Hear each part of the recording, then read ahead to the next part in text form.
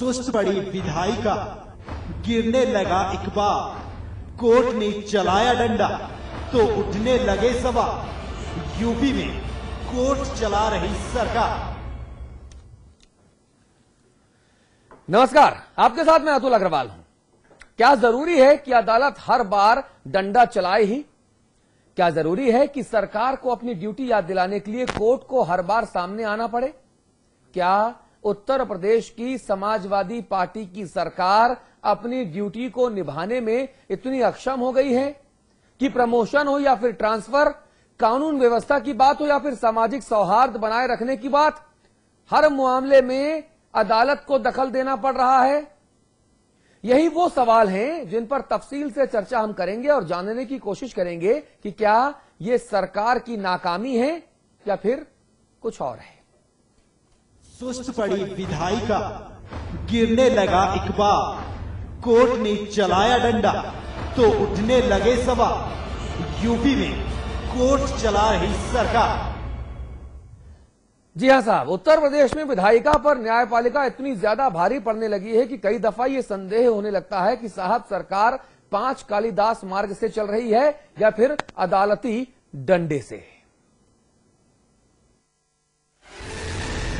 लोकतंत्र के 3 स्तंभ होते हैं: विधायिका, व्यवस्थापिका और न्यायपालिका। नीतिगत बातें हो या फिर व्यवस्था और आम आदमी की समस्याओं से जुड़ी बातें, इसके लिए विधायिका और व्यवस्थापिका को पर्याप्त पावर मुहैया है।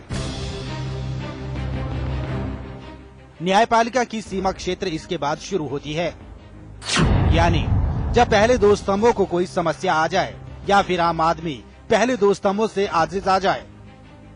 अब पहली बात सही है या दूसरी बात, लेकिन सामने जो है वो ये कि उत्तर प्रदेश में आए दिन कोर्ट का डंडा चल रहा है।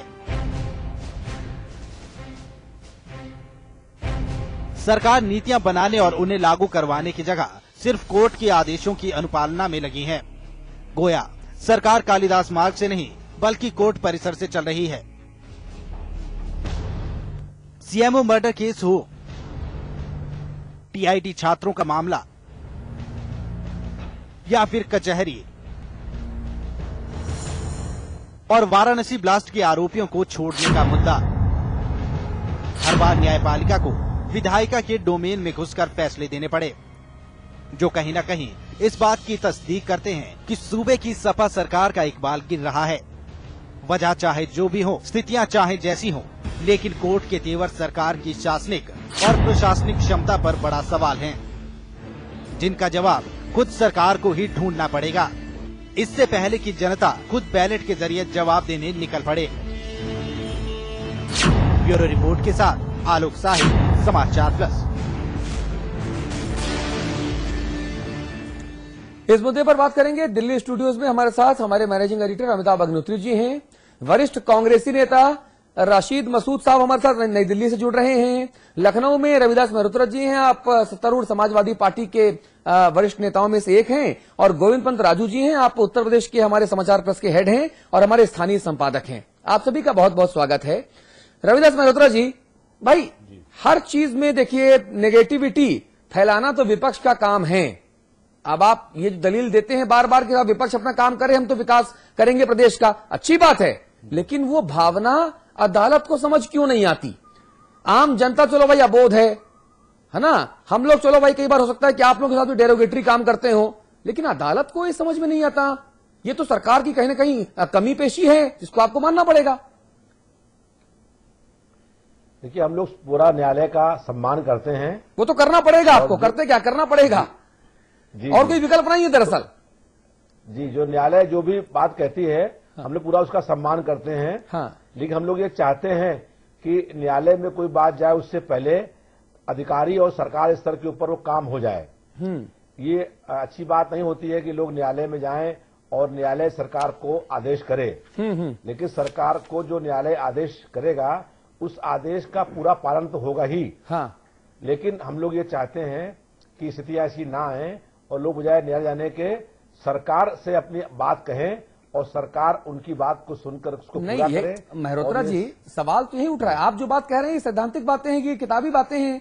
अगर ये व्यवहारिकता में हो तो अदालत तमाम दूसरे काम निपटाए, आम जनता आपकी सरकार के पास आए। लेकिन दिक्कत है कि आम जनता सरकार के पास ना आकर अदालत जाती है, अदालत डंडा चलाती है, तब काम होता है। चाहे 145 अफसरों के प्रमोशन का रास्ता अदालत से साफ हुआ हो, एनआरएचएम घोटाले के आरोपी प्रदीप शुक्ला की ज्वाइनिंग पर हाईकोर्ट की फटकार हो, अदालत के दखल के बाद नोएडा अथॉरिटी के चेयरमैन और सीईओ पर कार्रवाई होना हो, 7 जिलों को 24 घंटे बिजली देने के मामले में अदालत ने फटकार लगाई हो, नौकरशाहों के पहनावे पर अदालत ने जो है सरकार को लताड़ लगाई, जिलों और पार्कों के नाम बदलने को लेकर अदालत ने सरकार को लताड़ लगाई। मैं कितने मामले गिनाऊं भाई साहब, ये सूची मेरी खत्म हो जाएगी, खत्म नहीं होगी और आधे घंटे का वक्त खत्म हो जाएगा।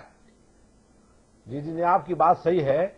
जो आपने बातें कही है ये बात सही है। न्यायालय ने इन सब प्रकरण में सरकार को आदेश किए हैं, लेकिन उन लोगों को चाहिए कि पहले सरकार से अपनी बात कहें और सरकार उसको पूरा करे। हाँ। बजाय स्थिति ऐसी आए कि कोई न्यायालय में जाए। अरे सरकार उससे पूरा पहले- नहीं कर रही तभी तो आदमी अदालत में गया ना। रशीद मसूद साहब, जी बहुत से ऐसे मामले हैं। रशीद मसूद साहब से बात करूंगा मैं। चूंकि आप सरकारें काम नहीं कर रही, इसलिए लोग असंतोष में अदालत जाते हैं और अदालत डंडा चलाती है। यानी कि जो आम आदमी है जो अदालत जाके जस्टिस मांग रहा है, उसके आदेश पे विद्वान न्यायाधीश डंडा चला रहे हैं, यानी कि वो व्यक्ति सही था और सरकार गलत थी जो उसकी बात नहीं सुन रही थी।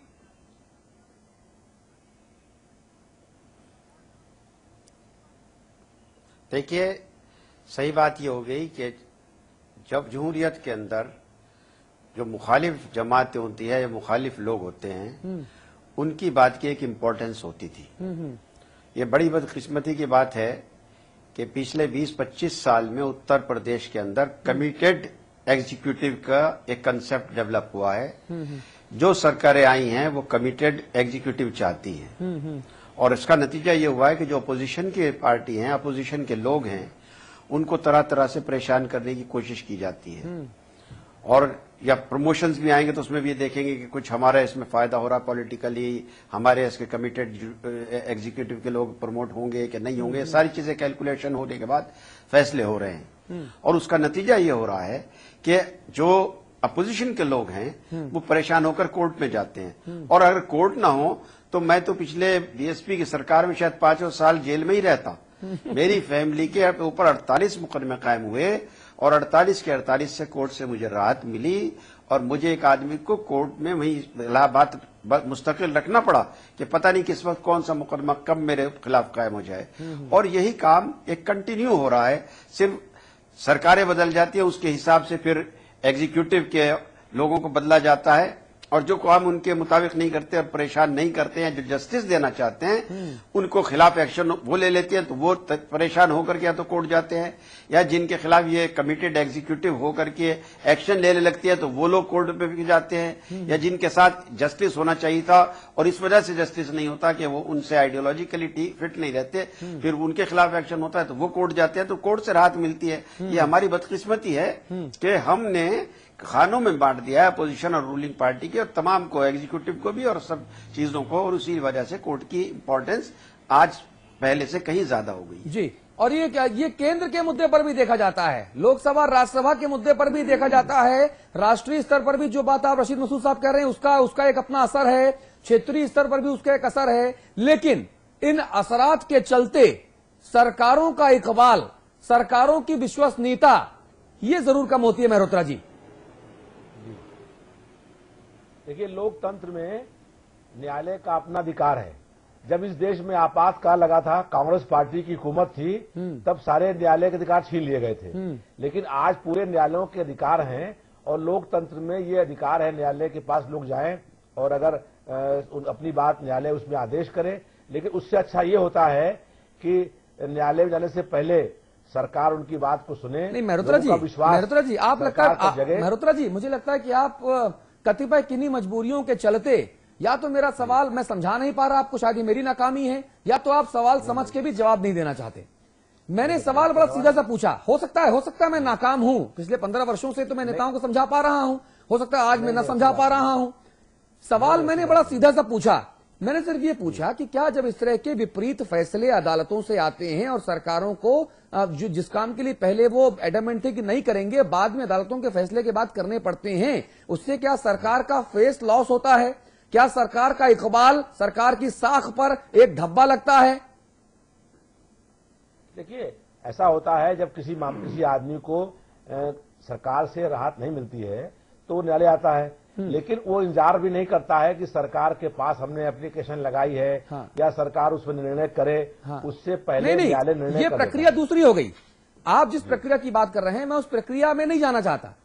अमिताभ अग्निहोत्री जी, मैं सिर्फ ये जानना समझना चाहता हूं कि जब सरकारों के खिलाफ नसीहत देते, लताड़ लगाते या फटकार लगाते विद्वान न्यायाधीशों की अदालतों के फैसले आते हैं, तो सरकार का फेस लॉस तो होता है। बिल्कुल होता है। देखिए, मैंने रविदास जी को सुना और रशीद साहब को सुना। रशीद साहब बहुत वरिष्ठ नेता हैं इस देश के। मेरी अपनी राय थोड़ी अलहदा है दोनों से। जब सैकड़ों प्रतिवेदनों के बाद हुकूमत हिंदुस्तान ये नहीं सुनती कि राजा के खिलाफ मुकदमा दर्ज किया जाए, पुलिस मुकदमा दर्ज करे, तो एक व्यक्ति सुप्रीम कोर्ट जाता है और कहता है, हुजूर इन तारीखों को इतने 100 पन्नों के प्रतिवेदन प्रधानमंत्री गृह मंत्री को भेजे और कोई कार्रवाई नहीं हुई, पावती भी नहीं आई। तो अदालत कहती है सरकार को कि इनके खिलाफ मुकदमा दर्ज करिए, और मुकदमा दर्ज करने के बाद उनको जेल जाना पड़ा। आपने देखा तो सही कौन गलत कौन, ये साबित हो गया। दूसरी बात उत्तर प्रदेशों की करता हूं। मेरा निजी अपना अनुभव यह है कि जब थानेदार नहीं सुनता तो एसएसपी के कप्तान के यहां भीड़ लगती है, और जब विधायक, सांसद और ब्यूरोक्रेसी जनता की आवाज नहीं सुनती तो मुख्यमंत्री के दरबार में लोग उमड़ते हैं। मुख्यमंत्री के दरबार में भीड़ आना कोई अच्छा संकेत नहीं है। ये इस बात की सूचना है कि निचले स्तर पर जो जवाबदार लोग हैं वो काम नहीं कर रहे। वरना विधवा पेंशन के लिए, वृद्धावस्था पेंशन के लिए मुख्यमंत्री के दरबार में आदमी को क्यों जाना पड़े? ये काम तहसील के लेवल पर, पटवारी के लेवल पर निपटना चाहिए। राशन कार्ड की गुहार के लिए लोग अखिलेश के पास क्यों जाएं? और जब मुख्यमंत्री यानी सरकारें काम नहीं करती, चाहे वो केंद्र हो चाहे राज्य हो, तो आदमी अदालत जाता है। मैं रविदास जी को एक बात पूछूंगा, सारी कहानी छोड़ दें हम। नोएडा में 2 अधिकारी तैनात किए अखिलेश जी की सरकार आने के बाद। पूरे प्रदेश के ब्यूरोक्रेट्स में छानबीन के माइक्रोस्कोप लगा के आप चुन के लाए राकेश बहादुर और संजीव शरण को। अदालत ने सीधा हस्तक्षेप नहीं किया, आपको अपनी गलती सुधारने का अवसर दिया। लेकिन आप इस कदर आलिंगनबद्ध थे राकेश बहादुर और संजीव शरण के साथ कि जिस दिन अदालत ने यह टिप्पणी की थी कि पूरे प्रदेश में आपको ढूंढने से यही 2 भ्रष्ट अधिकारी क्यों मिले, आपने कहा आई डैम केयर। ये ऑब्जर्वेशन है, फैसला नहीं। क्या सरकार के प्रतिनिधि ने बयान दिया, ये ऑब्जर्वेशन है कोर्ट का, फैसला नहीं। कोर्ट ने फैसला सुना दिया, और ऐसा फैसला सुनाया जो उत्तर प्रदेश के इतिहास में मैंने 25 बरस में नहीं सुना जब से पत्रकारिता कर रहा हूं। न केवल दोनों अधिकारियों को दंडित किया, हटाया, सीबीआई जांच ऑर्डर की हाईकोर्ट ने, आपसे पूछा भी नहीं फिर उसने। और उसने ये भी कहा कि पश्चिमी उत्तर प्रदेश की भौगोलिक सीमा में ये दिखाई नहीं देने चाहिए दोनों बाबू। तड़ी पार कर दिया, तड़ी पार कर दिया। सीनियर आईएएस को जिला बदर होते, मैंने मंडल बदर होते, मैंने जीवन में पहली बार देखा है रविदास जी। सीनियर आईएएस अधिकारियों को मंडल बदर होते, बदमाशों को जिला बदर होते तो देखा था। यह स्थिति क्यों बनी? सड़क, बिजली, पानी, खड़ंजा, लैंप पोस्ट, इसके लिए लोगों को अदालत जाना पड़े, ये किसकी गलती है? जाने वालों की गलती है। कोई अपने घर से दूर नहीं, गाजीपुर का आदमी, बलिया का आदमी, आजमगढ़ का आदमी, फर्रुखाबाद का आदमी, एटा का आदमी इलाहाबाद क्यों जाना चाहेगा? पैसा लगता है महाराज, बस में जाए चाहे ट्रेन में जाए, पैदल तो जाएगा नहीं। गरीब प्रदेश। लेकिन जब वो देखता है कि सारे दरवाजे चक्रव्यूह के आपने बंद कर दिए और वो अभिमन्यु की तरह से मरने को अभिशप्त है, तो वो जाता है, अदालत का दरवाजा खटखटाता है। ये बात सब पर लागू है। जब सरकारें सुने नहीं तो जमहूरियत कहां जाए? और अगर लोहिया की बात पर यकीन करें जमहूरियत, तो सत्ताएं हिल जाएंगी, सिंहासन डगमगा जाएंगे। लोहिया ने कहा था, रविदास जी आप उसी पार्टी के ध्वजवाहक हैं, याद है ना लोहिया का शब्द? लोहिया ने कहा था, जिंदा कौमें 5 वर्ष इंतजार नहीं करती। और अगर लोग 5 वर्ष इंतजार करना बंद कर देंगे तो बहुत सारे चेहरे धूल धूसरित हो जाएंगे इस वो भारत मंडल पर। अगर लोहिया की बात पर अमल कर दें, ये तो अच्छा है कि रो पीट के अदालत ही चले जाते हैं, अच्छा है। अन्यथा सोचिए उन कप्तानों, कलेक्टरों और विधायकों और सांसदों को पकड़ने लगेंगे लोग तो क्या स्थिति बनेगी। जब वो पूछेंगे कि 30 बरस से आप विधायक हो, ये गली में खड़ंजा नहीं बिछा, पानी नहीं आया, बिजली नहीं आई, 65 बरस हो गए आजादी के, पूछेंगे नहीं लोग। आजमगढ़ का आदमी नहीं पूछेगा कि रामपुर में बिजली 24 घंटे, आजमगढ़ में नहीं। बलिया का आदमी नहीं पूछेगा कि कन्नौज में बिजली फुल और हमारे यहां बिजली गुल, नहीं पूछे। वो पाकिस्तान का हिस्सा है क्या? इसलिए अदालत जाना पड़ता है। जब 2G स्पेक्ट्रम पर सरकार कान नहीं देती तो सुप्रीम कोर्ट जाना पड़ता है। जब अब इस देश के 25 बड़े चेहरे, 25 रशीद मसूद साहब सुने, 25 बड़े चेहरे इस देश के जिन पर आवाम भरोसा करता है, उन्होंने पार्लियामेंट स्ट्रीट में खड़े होकर एक साथ एक ज्ञापन साइन किया था और प्रधानमंत्री जी को पहुंचाया था, जिसमें कहा था कि कृपा करके ये राष्ट्रमंडल खेल की जांच कराइए। सरकार ने नहीं सुना। जब नहीं सुना तो सुप्रीम कोर्ट गए और उसका नतीजा मालूम है, कलमाडी जेल चले गए। इसका मतलब वो ज्ञापन सत्य था, नहीं तो कलमाडी किस पाप में जेल गए, राजा किस पाप में जेल गए। और जब सरकारें हमसे ये कहती हैं कि देखो हमने भ्रष्टाचार के खिलाफ कदम उठाया, राजा जेल गया, रानी जेल गई, तो मैं कहता हूं कि भाई साहब आपने नहीं उठाया, अदालत ने उठवाया। अब रविदास जी मुझसे कहे कि मैंने संजीव सरन को हटा दिया, राकेश बहादुर को हटा दिया, तो मैं कैसे मान लूं? हाईकोर्ट को बोलना पड़ा कि ये भ्रष्ट हैं, ये दागी हैं, ये इतने प्राइम पोस्टिंग पर क्यों जिद करते हैं आप? मैं 20 अधिकारी के नाम गिनाऊं जो दागी हैं, जिनकी फाइलें हैं पंचम तल पर, रविदास जी फाइलें हैं, आरोप पत्र दाखिल हैं, वो लोग प्राइम पोस्टिंग पर हैं। उत्तर प्रदेश का आबकारी आयुक्त, जानते हैं आप उसको? वो आबकारी आयुक्त जिसके खिलाफ आपने पूरा कैंपेन चलाया चुनाव में, आपने कहा पोंटी चड्ढा, कौन सा टैक्स लेते मैं यहां नहीं लूंगा क्योंकि उसमें एक पॉलिटिकल लीडर का नाम आ जाएगा कि उनका टैक्स लग रहा हर बोतल पर। वो आज भी आयुक्त है आपकी सरकार में, कैसे है आयुक्त? और एक बात कहूं, अदालतें जाना पड़ता है। आपने प्रचार में देखा होगा, आपने प्रचार में कहा था रविदास जी कि जो आदमी पूरे प्रदेश को दारू पिला के जिसने बर्बाद कर दिया, उसको ठेका दिया बहन जी ने दूध पिलाने का बच्चों को, कहा था ना चुनाव में, कहा था। और उसको ठेका रिन्यू हुआ आपकी हुकूमत में, और ज्यादा पैसे बढ़ा के हुआ, ज्यादा पैसे पर ठेका रिन्यू किया आपकी सरकार ने, जो लोहिया की सरकार है, जो जयप्रकाश और नरेंद्र देव की सरकार कहती है खुद को। रिन्यू किया या नहीं किया? हाँ या ना? आप ना कहिए, मैं कागज दिखा दूं। कैसे बात कह रहे हैं? तब भी वो दारू बेच रहा था, उसके खिलाफ विधानसभा के अंदर हमने खुद बात उठाई। अरे आप अपनी बात छोड़ो महाराज रविदास जी, व्यक्तिगत तौर पर मैं आपका अदब करता हूं मित्र, लेकिन आप सरकार नहीं ना, आप हुकूमत उत्तर प्रदेश नहीं।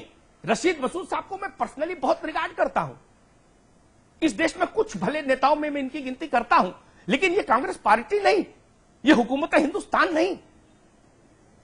हम लोग उस मशीन का हिस्सा है, लेकिन सच को सच तो कहें, कौवा को कौवा कहें और हंस को हंस कहें, ये तो समझे। वो ठेका कैसे रिन्यू हुआ जिसने पूरे प्रदेश को नशे की गर्त में डुबो दिया और 20 रुपया पर बोतल ज्यादा भी लूटा, उसको फिर दूध पिलाने का ठेका पुष्टाहार का क्यों मिला? क्यों जयप्रकाश, लोहिया और नरेंद्र देव की वैचारिक वाहिका सरकार ने ऐसा काम क्यों किया? दूध पिलाने का काम करने के लिए कोई भला एनजीओ नहीं मिला था, 4 भले लोगों का समूह नहीं मिला था जिसके ऊपर तमाम लूट फरेब छल प्रपंच के मुकदमे थे? उसी कंपनी के मालिक को आपने फिर दे दिया। किस किस को याद कीजिए, किस किस को रोइए। जिनको आपने ठेका दिया उनके साथ आलिंगनबद्ध गले मिलते हुए फोटो किसी दिन चैनल पर चलाऊंगा तो बहुत मुश्किल हो जाएगी इस प्रदेश के राजनेताओं के लिए। क्या स्थिति है? भला आदमी आपके यहां एंट्री नहीं पा सकता है? और जो लोग ऐसे काम करते हैं वो लोग आलिंगनबद्ध होते हैं, जाके उनके लिए आसन लगता है शपथ ग्रहण समारोह में, पर्ची लिखी होती है उनके नाम की पीछे कुर्सी पर। इतने महान लोग थे जिन्होंने प्रदेश में सिवाय दारू की गंगा के कुछ काम नहीं किया बहाने के? लोग अदालत क्यों नहीं जाएं? मैं ये सवाल पूछता हूं रशीद साहब से भी और रविदास जी से भी, लोग अदालत क्यों नहीं जाएं? आप सुनेंगे नहीं, ब्यूरोक्रेसी काम नहीं करेगी। नेता दारू पिलाने वाले को दूध पिलाने का ठेका दे देगा, पंजीरी का ठेका, पंजीरी। रविदास जी आप तो पुराने आदमी, पंजीरी सत्यनारायण की कथा में बटती है, बड़ी पवित्र चीज होती है। आपने किन हाथों में दिया था पंजीरी का ठेका? गोविंद पंत राजू, सत्यनारायण की कथा में पंजीरी मिलती है ना, तुलसी का पत्ता डाल के हम लोग उसको ग्रहण करते हैं, उसका ठेका आपने किसको दिया? उस पंजीरी पे अभी एक रिपोर्ट आई है हैदराबाद, कैसी कैसी पंजीरी खा गए, कैसी कैसी पंजीरी बट गई, और लोग अदालत नहीं जाए। मैं कभी सहमत नहीं हुआ कि अदालतें अपनी सीमा लांघ रही, नहीं, अदालतें आपको पहले अवसर देती है कि सुधरो, जब आप नहीं सुधरते तो अदालतें हस्तक्षेप करती हैं। जी गोविंद जी। नहीं, अभी अमिताभ जी जिस पंजीरी का जिक्र कर रहे थे उस बारे में अभी हैदराबाद की एक रिपोर्ट आई है जिसमें ये कहा गया है कि वो उत्तर प्रदेश के 5 जिलों में जो नमूने लिए गए थे वो सारे नमूने जो मानक के स्तर हैं उनसे काफी नीचे हैं। बताइए, उनको ठेका दे दिया, उनको ठेका दे दिया 1300 करोड़ रुपए का। क्या हो रहा है, कैसे हो रहा है, क्यों हो रहा है? लोहिया ने इसलिए राजनीति में शुरू की थी। जयप्रकाश जी, रविदास जी, आपको तो स्मरण होगा, ये जवाहरलाल के बाद जयप्रकाश जी के पास प्रधानमंत्री बनने का अवसर आया था, उस आदमी ने ठुकरा दिया। जी जी, ये उस वैचारिक परिवार में ये क्या हो रहा है? जी रशीद मसूद साहब।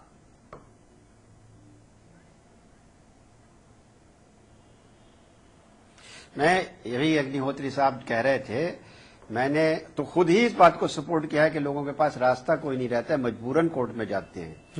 नंबर 2 बात, मैंने किसी पार्टी या किसी नेता का नाम नहीं लिया है, मैंने एक पॉलिटिकल सिस्टम की बात की है। जी जी, तो अग्निहोत्री साहब ने जो मुझसे सवाल किया था, मैं उसका ये जवाब देना चाहता हूँ। शुक्रिया शुक्रिया।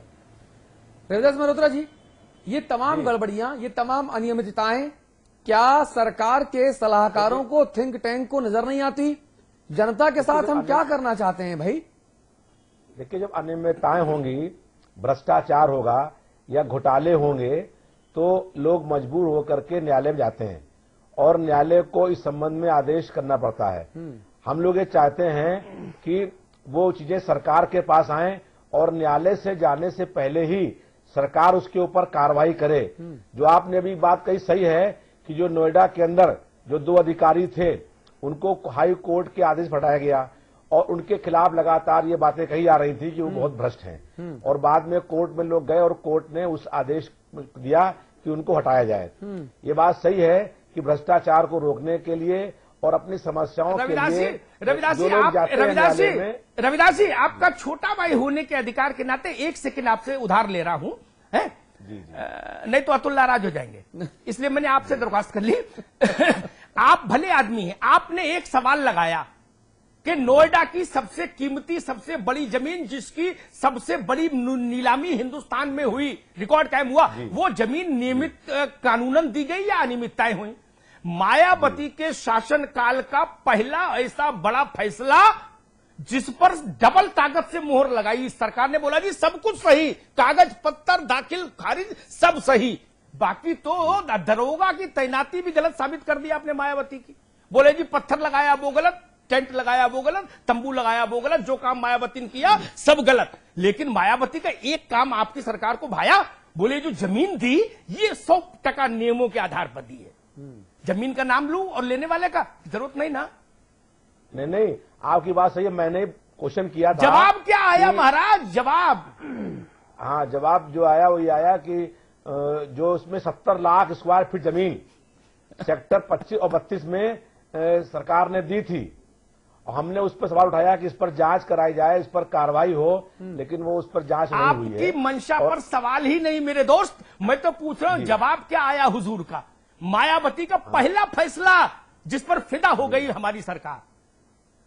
बहन जी को खुश होना चाहिए, उनको चिट्ठी लिख दीजिए अखिलेश को, बुआ भतीजे का रिश्ता है, लिखना चाहिए कि भाई चलो आपने मेरा एक काम तो सही माना, लेकिन गरीब के घर में रोशनी पहुंचे इस पर एक राय नहीं बनती। इस पर बन जाती है कि ये जो हजारों करोड़ की जमीन दी, ये डील ठीक थी।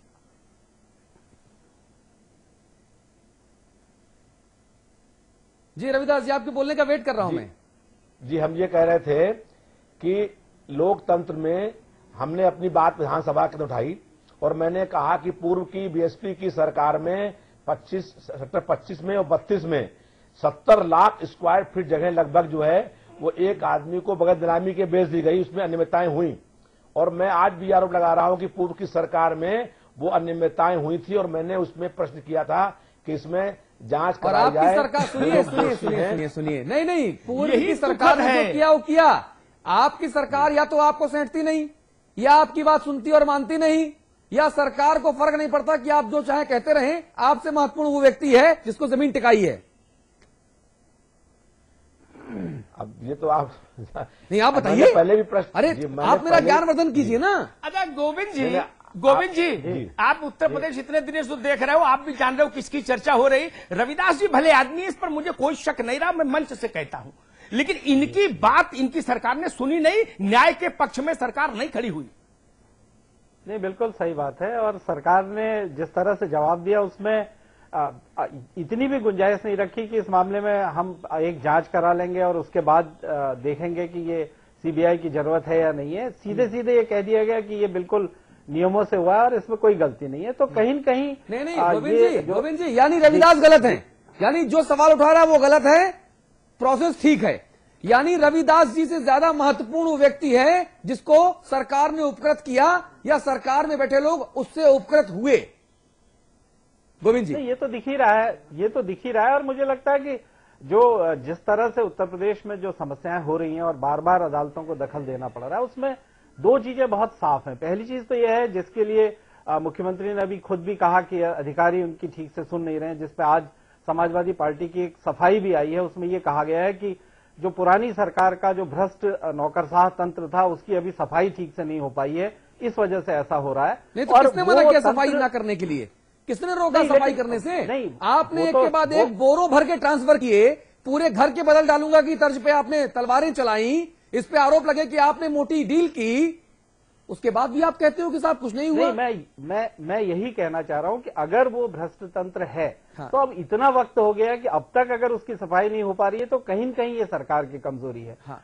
आज कई प्रमुख सचिव स्तर के अधिकारी एक लैकफेड मामले में जब गवाही देने जाते हैं तो वो ये कहते हैं कि पिछली सरकार के फला मंत्री ने मेरे सामने इतने करोड़ रुपए रिश्वत के लिए थे। हाँ। अगर इस तरह का भ्रष्टाचार हो रहा था और ऐसे लोग, ऐसे अधिकारी आज भी काम कर रहे हैं और उसी कार्य संस्कृति से कर रहे हैं, तो ये कहीं न कहीं समाजवादी पार्टी के लिए मुश्किल है।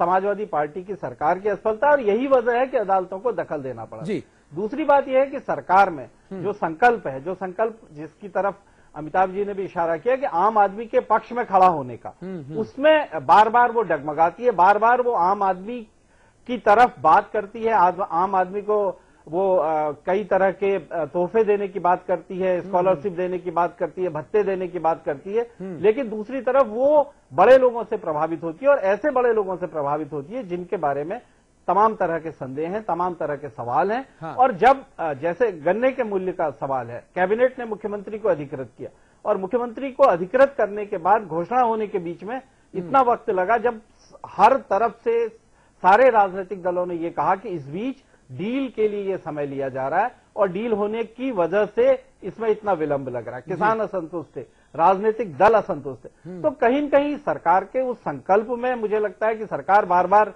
2014 के चुनाव की तरफ देखती है। अखिलेश जिनमें अपार संभावनाएं हैं, अभी भी मैं इस बात से इनकार नहीं करता, लेकिन उनकी एक लंबी सफलता की पारी की तरफ समाजवादी पार्टी देखती है और दूसरी तरफ जो तात्कालिक लाभ हैं उनकी वजह से तमाम तरह की गड़बड़ें होती है। मुझे लगता है कि ये दो बड़ी समस्याएं उत्तर प्रदेश में आ रही हैं सरकार के सामने, जिसकी वजह से बार बार अदालतों को दखल देना पड़ रहा है। रशीद मसूद साहब, फाइनल कमेंट्स।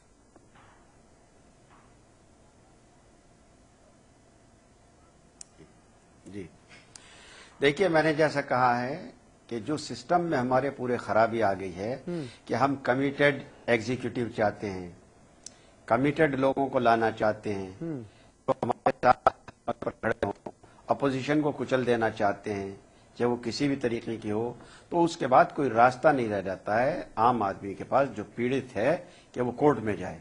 और कोर्ट ही अकेला रास्ता है जो आज राहत दे रहा है। और क्योंकि मैं तो भुक्तभोगी हूं, इसलिए खुद इसको कहता हूं कि कोर्ट जहां जो हमें राहत दे रहा है वो राहत बिल्कुल दुरुस्त है और उसको जारी रहेगी जब तक कि हम ये नहीं कोशिश करेंगे कि हम लोगों के साथ भेदभाव करके और उनको इंसाफ ना दें और बेइंसाफी का काम ना करें। जब तक यही होता रहेगा। हाँ, अमिताभ अग्निहोत्री जी, संवाद की टिप्पणी का वक्त। देखिए, मैं कहूंगा कि एक गरीब चाय का खोखा कहीं लगा ले तो प्राधिकरण का अतिक्रमण हटाओ दस्ता पहुंच जाता है, और लाखों मीटर जमीन, सैकड़ों एकड़ जमीन गुपचुप बांट दी जाती है। प्राधिकरण का दफ्तर रात में 1:30 बजे खुलता है। सारे अधिकारी आते हैं, टाइपराइटर खटकने लगते हैं रात में 1:30 बजे। सरकार चलती मैंने देखी नोएडा में, रविदास जी, और चारों तरफ पुलिस लगा के। ऐसा कौन सा कागज जारी कर रहे हो कि पुलिस लगा रहे हो रात में 1:30 बजे? क्या काला पीला है भाई? गरीब आदमी पान का खोखा लगा ले तो उसको जीने नहीं दोगे, कहोगे तो महीना दो। ये एक मूल सवाल है। और मैं फिर कहूंगा, शुक्र है खुदा का कि अदालतें हैं मेरे दोस्त।